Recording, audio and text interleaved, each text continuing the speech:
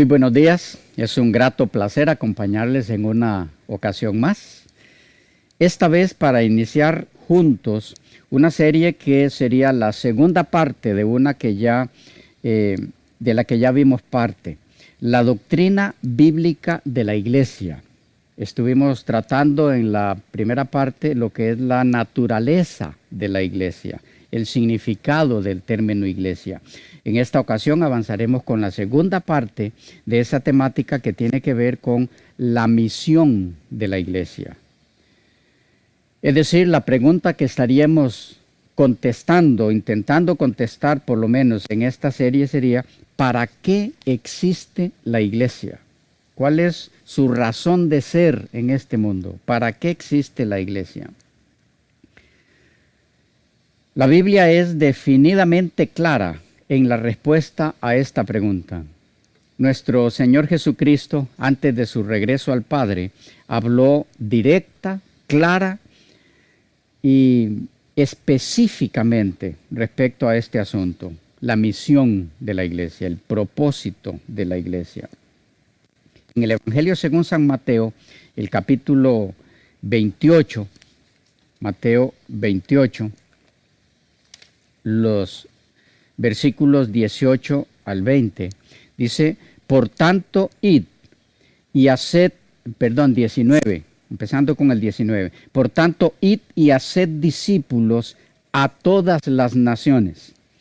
Más adelante en este mismo estudio veremos que la frase a todas las naciones, debe entenderse en realidad en el sentido de en todas las naciones. Ya lo veremos. Volvemos al texto. Por tanto, id y haced discípulos a todas las naciones, bautizándolos en el nombre del Padre y del Hijo y del Espíritu Santo, enseñándoles que guarden todas las cosas que os he mandado. Y he aquí, yo estoy con vosotros todos los días hasta el fin del mundo. Leí de la Reina Valera 60. Algunas versiones presentan una variación traduciendo doctrinad en vez de haced discípulos. Pero el significado de ambas expresiones no es exactamente el mismo, aun cuando haya bastante similitud entre ambas. En el fondo vienen a ser lo mismo, ¿ok? En el fondo sí vienen a ser lo mismo, pero es importante tomar en cuenta esto. El término griego empleado aquí es mateteúsate, y su significado específico es haced discípulos, Es el vocablo griego 3100 o 3100 de los números Strong, matseteuo,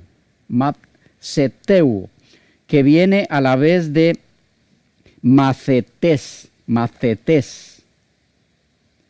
que es el vocablo 3101, que significa aprendiz, alumno, discípulo.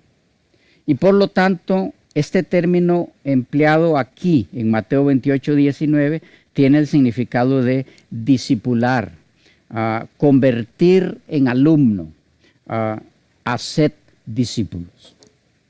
El verbo griego utilizado por Mateo es particularmente elocuente.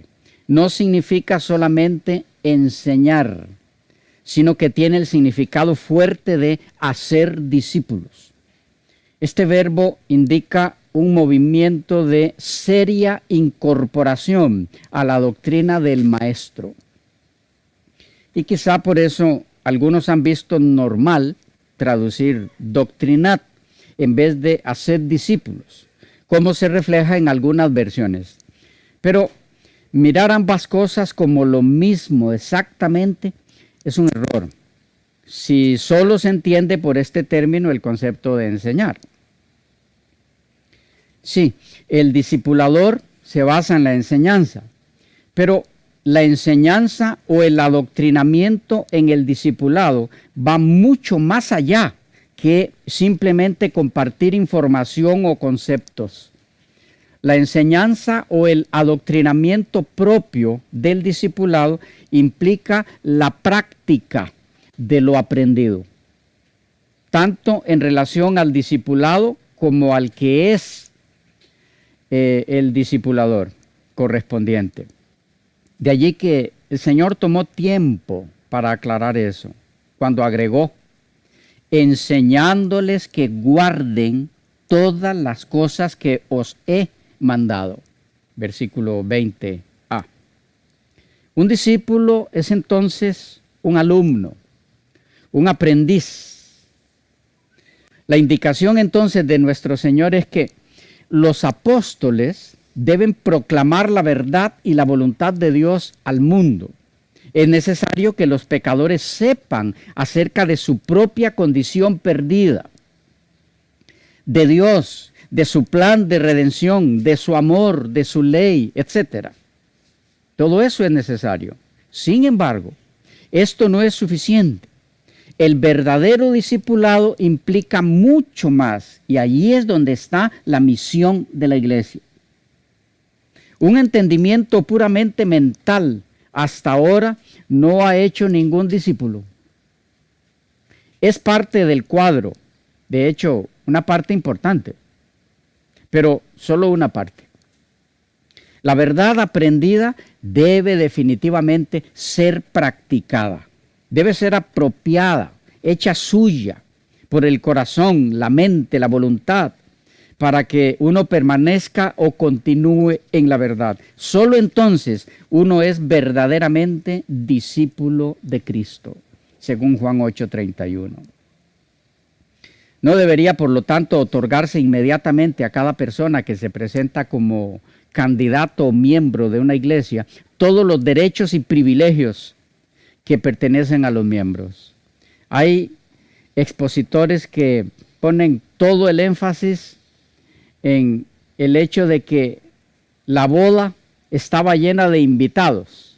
No sé si han escuchado esa parte, haciendo alusión a Mateo 22. Y algunos dicen, bueno, la boda estaba llena de invitados. Lo que importa es llenar esto de gente.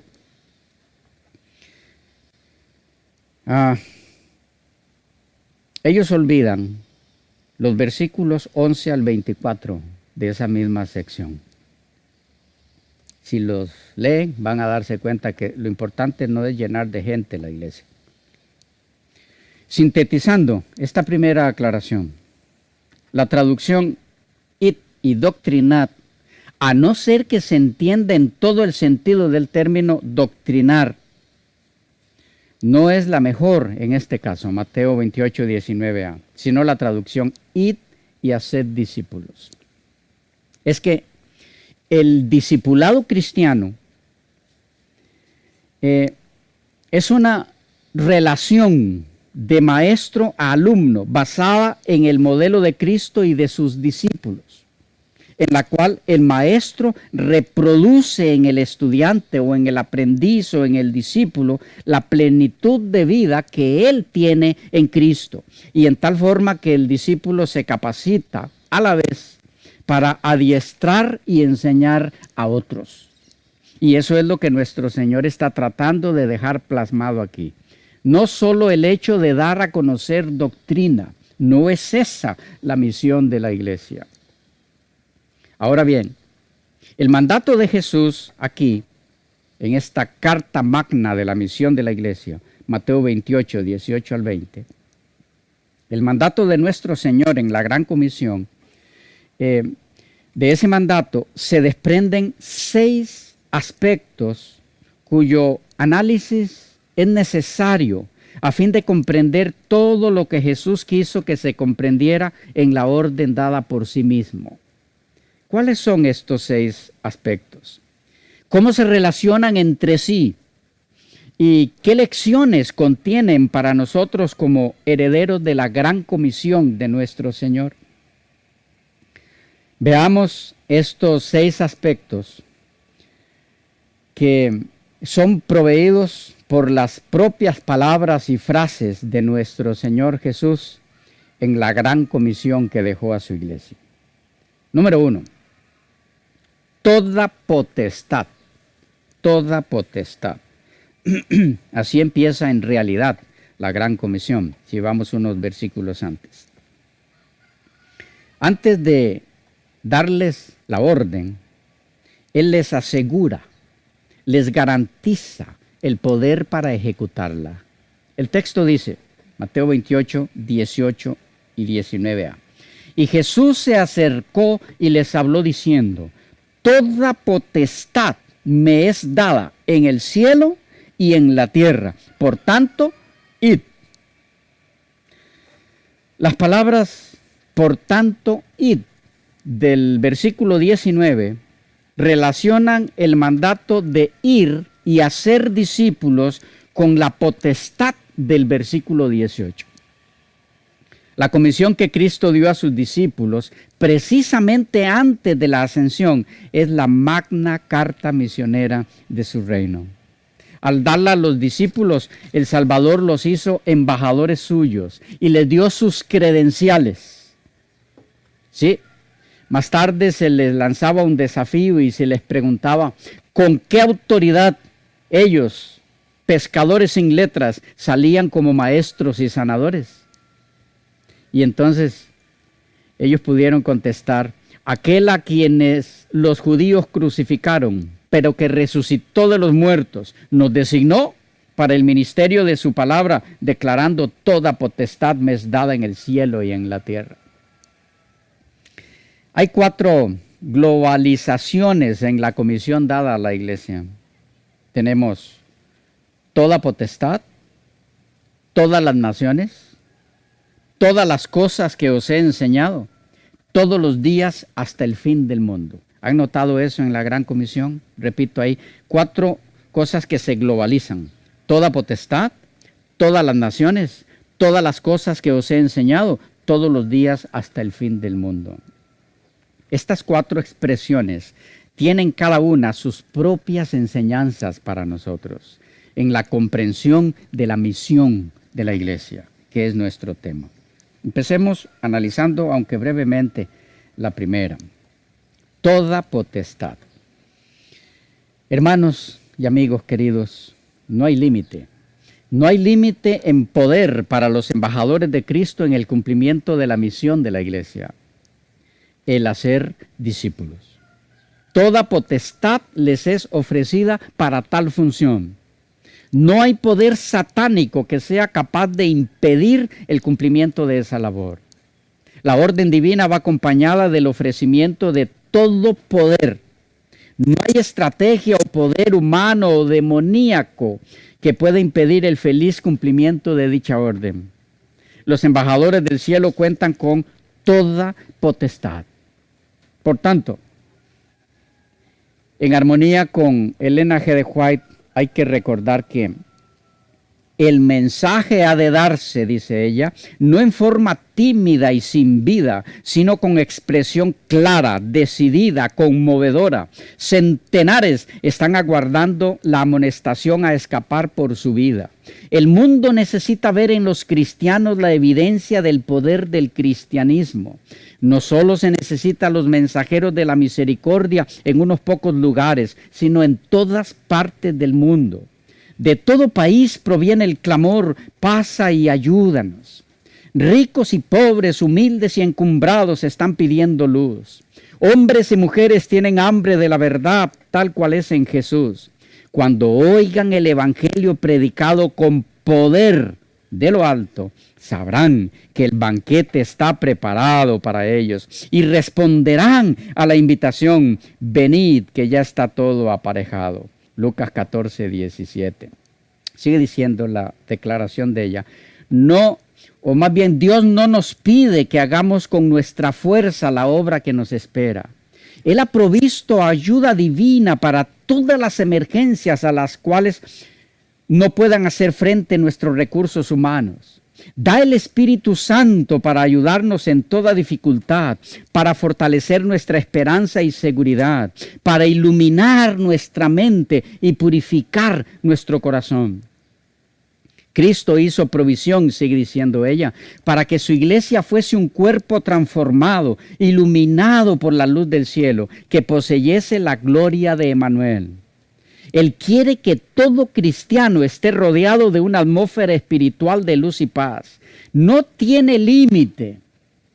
Interesante. No tiene límite la utilidad de aquel que, poniendo el yo a un lado, da lugar a que obre el Espíritu Santo en su corazón y vive, y vive una vida completamente consagrada a Dios. Dice más. Dice, ¿cuál fue el resultado del derramamiento del Espíritu Santo en el día de Pentecostés? Las buenas nuevas de un Salvador resucitado fueron proclamadas hasta los confines más remotos del mundo habitado. El corazón de los discípulos quedó sobrecargado de una benevolencia tan completa, profunda y abarcante que los impulsó a ir hasta los confines de la tierra, testificando, lejos esté de mí gloriarme, sino en la cruz de nuestro Señor Jesucristo. Gálatas 6:14. Mientras proclamaban la verdad tal cual es en Jesús, los corazones cedían al poder del mensaje.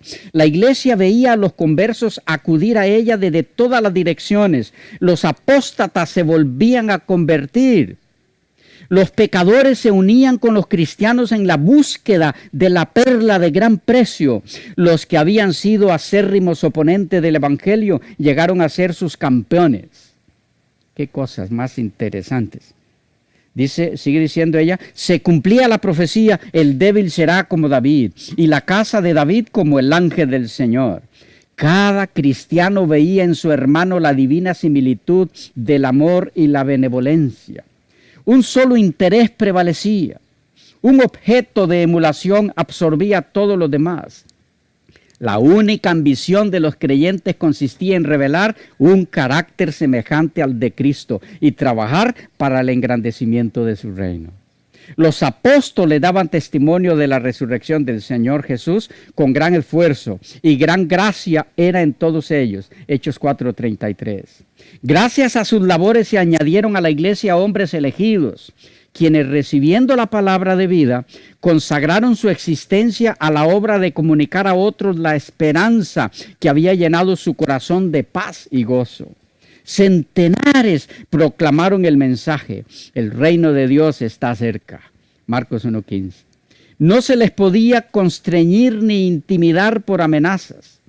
El Señor hablaba por su medio y donde quiera que fuesen, los enfermos eran sanados y el evangelio era predicado a los pobres. Tal es el poder con que Dios puede obrar cuando los hombres se entregan al control de su espíritu. Mencioné varias citas de ella. A los que tengan interés en las fuentes pueden solicitarlas y con gusto les hacemos llegar el material en PDF donde las encontrarán. Pero no solamente tenemos toda potestad. ¿Qué más? ¿Recuerdan la segunda? Todas las naciones. Todas las naciones. Hay que decir aquí que, como se mencionó en el inicio de nuestro estudio, la idea detrás de la frase todas las naciones no es discipular a todas las personas de todas las naciones, sino más bien a personas de todas las naciones, a personas que se encuentran en toda nación.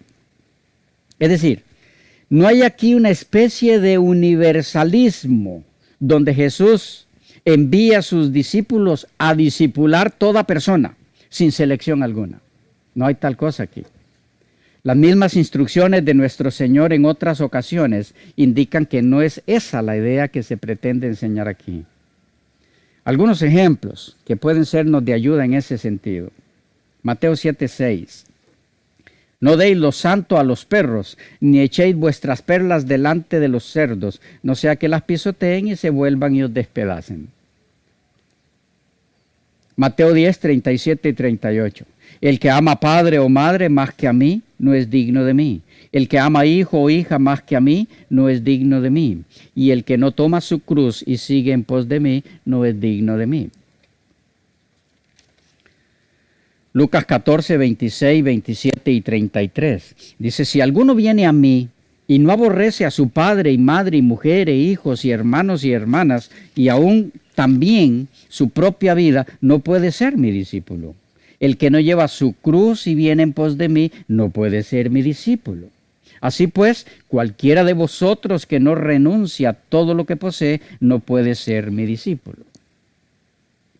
De tal manera, hermanos y amigos, que el sentido detrás de la frase todas las naciones como objetivo para el discipulado es el de que se lleve a cabo con todas las personas en todas las naciones que cumplan, se ajusten a las condiciones del discipulado y no en forma indiscriminada o universalista. Es decir, el sentido no es id y discipulad a todas las personas de todas las naciones, sino más bien id a todas las naciones y haced discípulos. O como lo traducen algunos especialistas en ese campo, id y haced discípulos de todos los gentiles. Id y haced discípulos de todas las naciones. Id y haced discípulos de todas las naciones. Otro de los expositores definiéndolo igual. Otro dice, por tanto, vayan y hagan discípulos en todas las naciones. Diferentes traducciones de diferentes versados en esto. Id y haced discípulos de entre todas las naciones. O como bien lo expresó en algunas ocasiones Elena de White, revestido de autoridad ilimitada, dio su mandato a los discípulos, id pues y haced discípulos entre todas las naciones. Sí, ella también usa id y haced discípulos a todas las naciones, pero en declaraciones como esta indica a qué es que se refiere con a todas las naciones. Entre todas las naciones, ese es el sentido detrás. Con esta aclaración hecha, ¿qué enseñanza o enseñanzas hay en la frase en todas las naciones? Entre otras, las siguientes. A. El plan de la salvación no está restringido para alguna clase de ningún tipo. B. Los planes de la misión de la Iglesia de Cristo deben hacerse pensando en el mundo en general. C. Cristo ganó para toda persona el derecho a conocerle si así lo desea. Y esto nos lleva a la tercera frase, la tercera globalización que vemos aquí. Todas las cosas que os he enseñado. Todas las cosas que os he enseñado. Se nos fue el tiempo, lo miramos en la próxima sección.